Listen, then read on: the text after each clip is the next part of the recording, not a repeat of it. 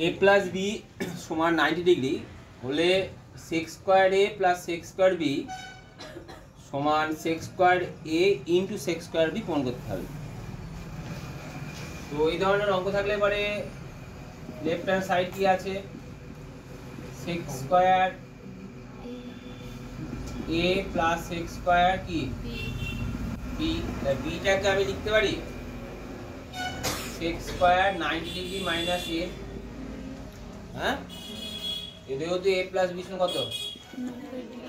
এ plus B সমান 90 degree লিখে দিলাম, আর এখানে সেক স্কোয়ার এ লিখলাম, তাহলে এটার মানে কত বলো, কোসেক স্কোয়ার এ, আর এটা মানে কত সেক স্কোয়ার এ। তাহলে সেক স্কোয়ার এ কে লেখা যেতে পারে কি 1 by,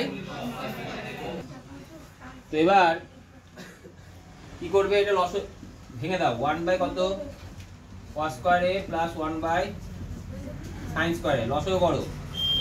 cos square a into কত sin স্কয়ার a, তাহলে উপরে কত হলো sin স্কয়ার a প্লাস কত cos square a,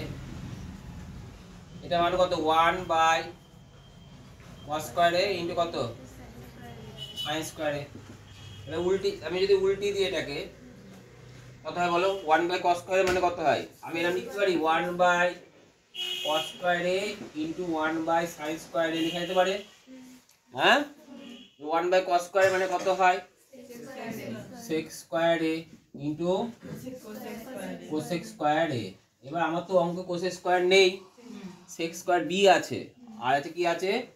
sec square a, তা sec স্কয়ার a চলে এসেছে। এবার cosec স্কয়ার এটা আমি লিখতে পারি sec square a into cosec square 90 degree minus কত b, sec square a into কত sec স্কয়ার b কি প্রমাণিত, বুঝতে পারলে?